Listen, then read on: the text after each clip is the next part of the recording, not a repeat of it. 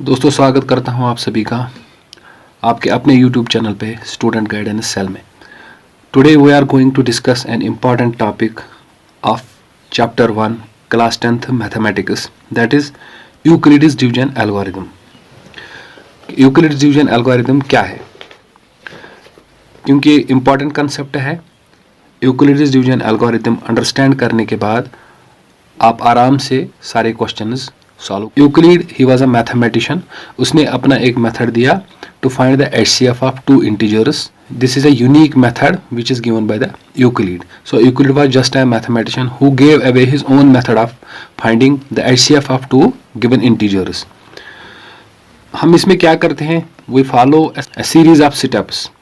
This series of steps we follow to solve a particular problem. This is known as algorithm. So algorithm क्या है? A series of steps. A series of steps which gives a procedure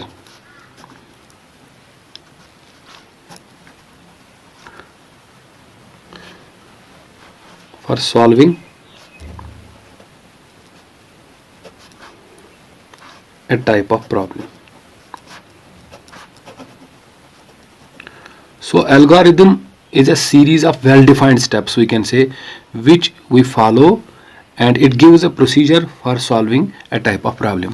एक step series of steps हमें follow करना पड़ता है Euclid's division algorithm में, या हम यूक्लिड्स डिवीजन मेथड भी कह सकते हैं, थ्योरी भी कह सकते हैं, इसको लेम्मा भी कहते हैं।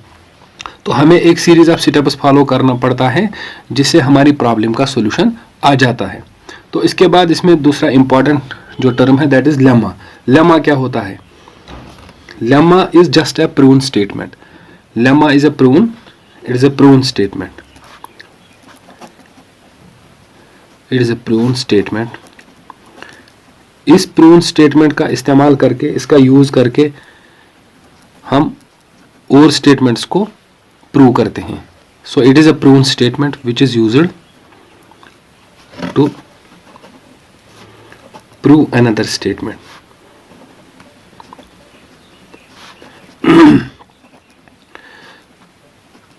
So guys, Euclid was a mathematician who gave away his unique method of finding the HCF of two integers by following a series of steps which we called algorithm. So algorithm is just a series of well-defined steps which we follow and it gives a procedure for solving a type of problem.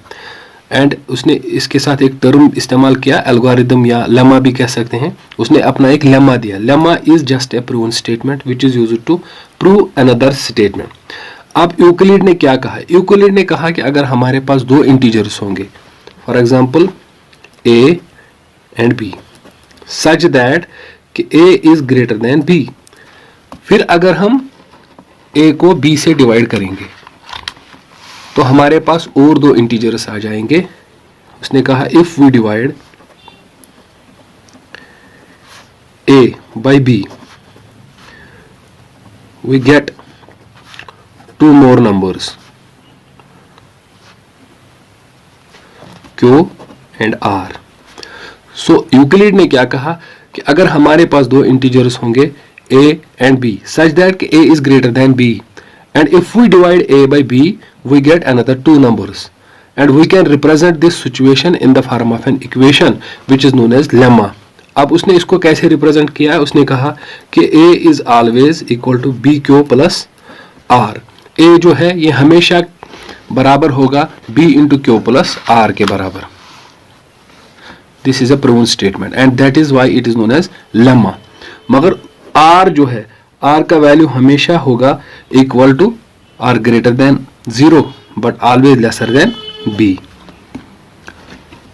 तो Euclid ने यही कहा कि अगर हमारे पास दो integers दिए होंगे a एंड b और फिर अगर हम a को b से डिवाइड करेंगे तो हमारे पास और दो नंबर आ जाएंगे q एंड r, और उसने इसी सिचुएशन को रिप्रेजेंट किया in the form of an equation which is known as lemma, that is a is equal to b into q plus r. इसी लेम्मा का, इसी इक्वेशन का इस्तेमाल करके हम सारे इंटीजर्स का HCF निकाल सकते हैं। अब हमें क्या करना है?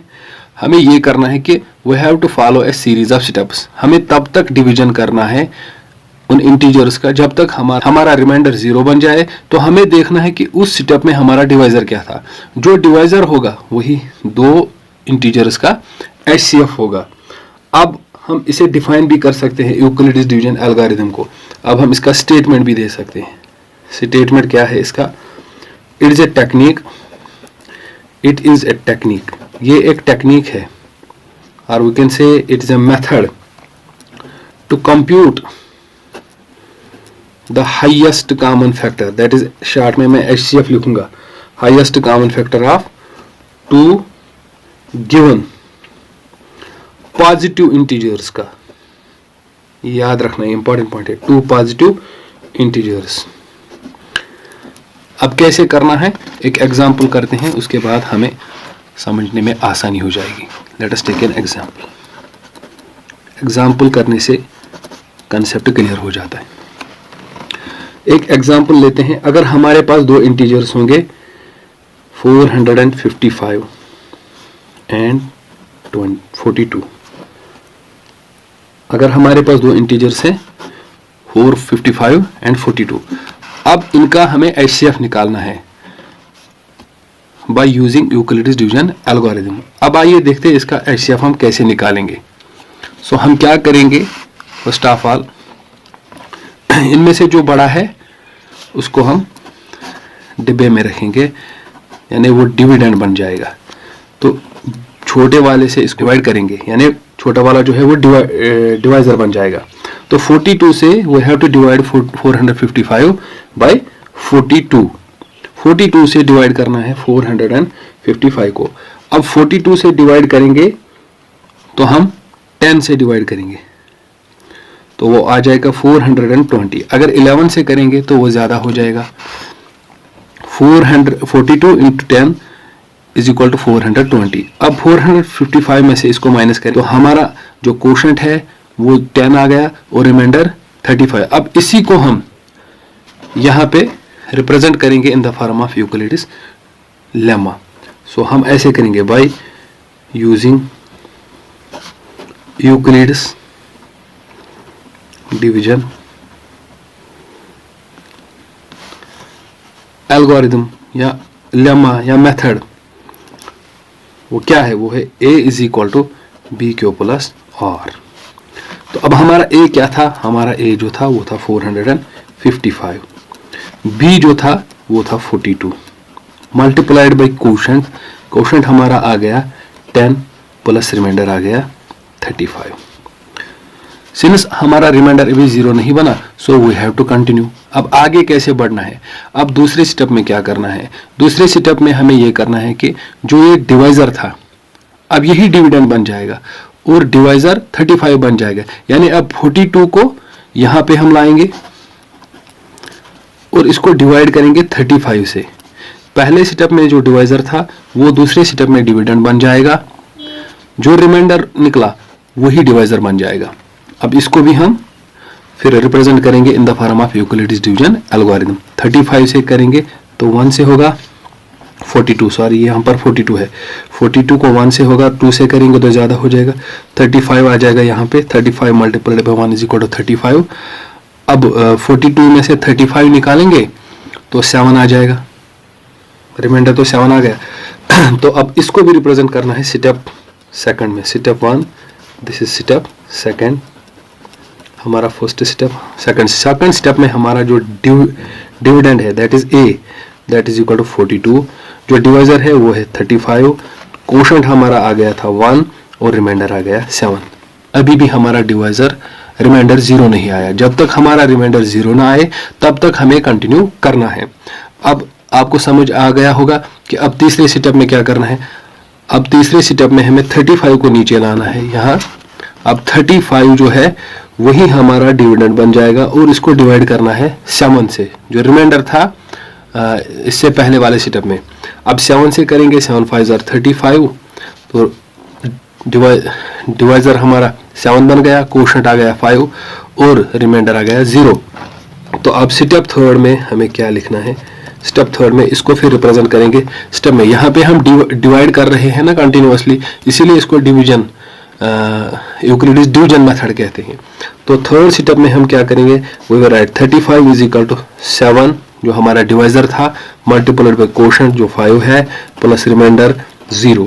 तो यहाँ पे हमारा रिमाइंडर 0 निकला, हमारा रिमाइंडर 0 निकला। तो हमें इसी स्टेप में देखना है कि हमारा डिवाइजर क्या था। जो डिवाइजर होगा वही HCF होगा 455 एंड 42 का। तो हम क्या लिखेंगे शॉर्ट में, since reminder is 0, since reminder is 0 therefore HCF of 455 and 42 is, क्या होगा HCF, जो डिवाइजर होगा, डिवाइजर क्या था 7, सो 7 इज द HCF। ये आ गया आपका आंसर। तो इसी तरह से इस लेमा को यूज करके हम बहुत सारी प्रॉब्लम्स को, बहुत सारे इंटीजर्स का HCF निकाल सकते हैं।